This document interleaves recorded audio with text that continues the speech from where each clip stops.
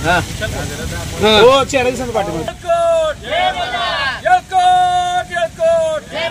राजमाता अहिल्यादेवी होळकरांचा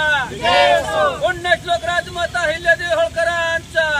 हक्काचं नाही कुणाच्या बापाचं आरक्षण आमच्या हक्काचं नाही कुणाच्या बापाचं कोण म्हणता देत नाही म्हणता देत नाही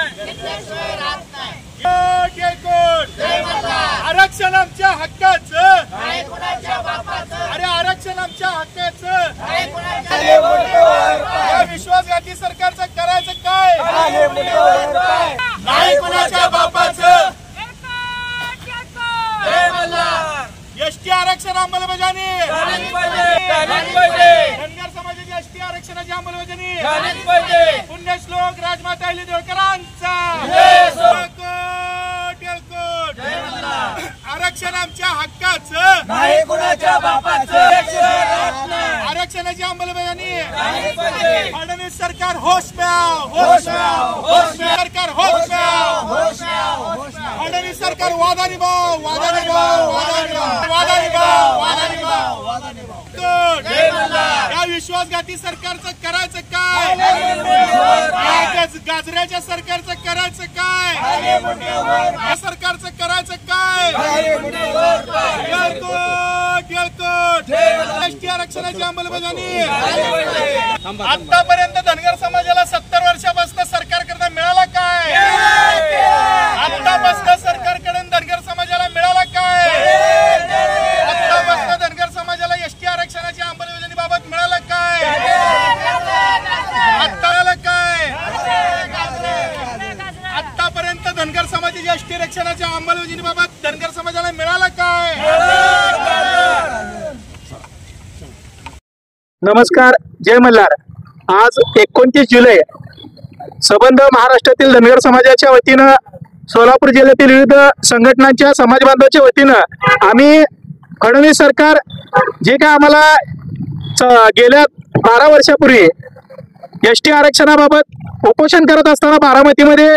धनगर बांधवांना आम्हाला आश्वासन दिलं होतं की आमचं सरकार आल्यावर पहिल्या कॅबिनेटमध्ये आम्ही आरक्षण देऊ। सर्व सत्ताधाऱ्यांनी आतापर्यंत आमच्या समाजाला फसवलं, परंतु या सरकारकडून अपेक्षा असताना तत्कालीन विरोधी पक्षनेते मुख्यमंत्री, सध्याचे मुख्यमंत्री, आता 2दा मुख्यमंत्री झाले असे फडणवीस साहेब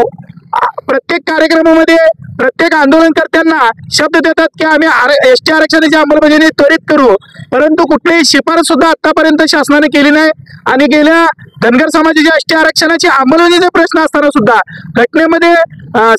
1 ते 36व्या क्रमांकावर आपल्या धनगराच्या एसटी आरक्षणाचा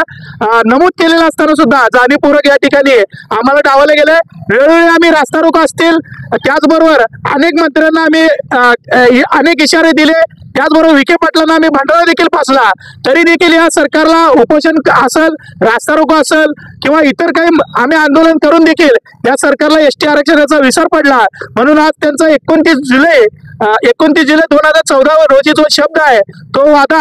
आणि नागपूरच्या ठिकाणी देखील आम्हाला शब्द दिला होता की वादा पक्का आहे, नक्की आम्ही या ठिकाणी आरक्षणाची अंमलबजावणी करू, परंतु सरकार आमच्या आरक्षणाबाबत वेळ काढूपणा, डोळेझाकपणा करत आहे। कुठल्याही अधिवेशनामध्ये आणि कुठल्याही मंत्रिमंडळाच्या कॅबिनेट बैठकीमध्ये आम्हाला समाजाला आरक्षण मिळालं नाही। आमच्या एसटी आरक्षणाची मागणी अंमलबजावणी करावी, आणि फक्त कुठल्या तरी एखाद्या शहराला नाव देऊन किंवा एखादं स्मारक हे करून किंवा एखाद्या वसतिगृहाला, एखाद्या मेडिकल कॉलेजला नाव देऊन समाजाचा उद्धार होणार नाही। ती आपली अस्मिता होती। अहिल्यादेवींचं नाव दिलं त्याबद्दल आम्ही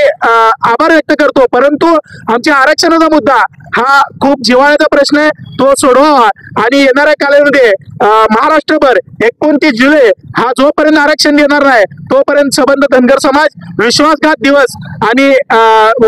विश्वासघात दिवस म्हणून आम्ही साजरा करू असं आम्ही समाज बांधवांनी केलेलं आहे। आणि येणाऱ्या काळामध्ये मोठ्या तीव्र स्वरूपाचं आंदोलन आम्ही छेडलं आहे। आज आम्ही सरकारचा विश्वासघात दिनाची आठवण करण्यासाठी त्यांना शब्द ज्या दिवशी दिलाय ते आठवण करण्यासाठी आम्ही गाजर दाखवलं, पुण्यश्लोक राजमाता अहिल्यादेवी होळकर यांना अभिवादन केलं। आम्ही जो पवित्र भंडारा लावून या ठिकाणी जी काय आतापर्यंत आम्हाला सर्व सत्ताधाऱ्यांनी जी काही केळं गाजरं दिली ते आम्ही वाटप केलेली आहे, आणि हीच गाजरं आम्ही फडणवीस असतील किंवा मंत्रिमंडळातले सर्व मंत्री असतील यांना आम्ही येणाऱ्या काळामध्ये त्यांना गाजराच्या माध्यमातून येणाऱ्या काळामध्ये गाजरा आम्ही त्याला गिफ्ट मत देऊ आणि नक्कीच आरक्षणाच्या मुद्द्यासाठी आम्ही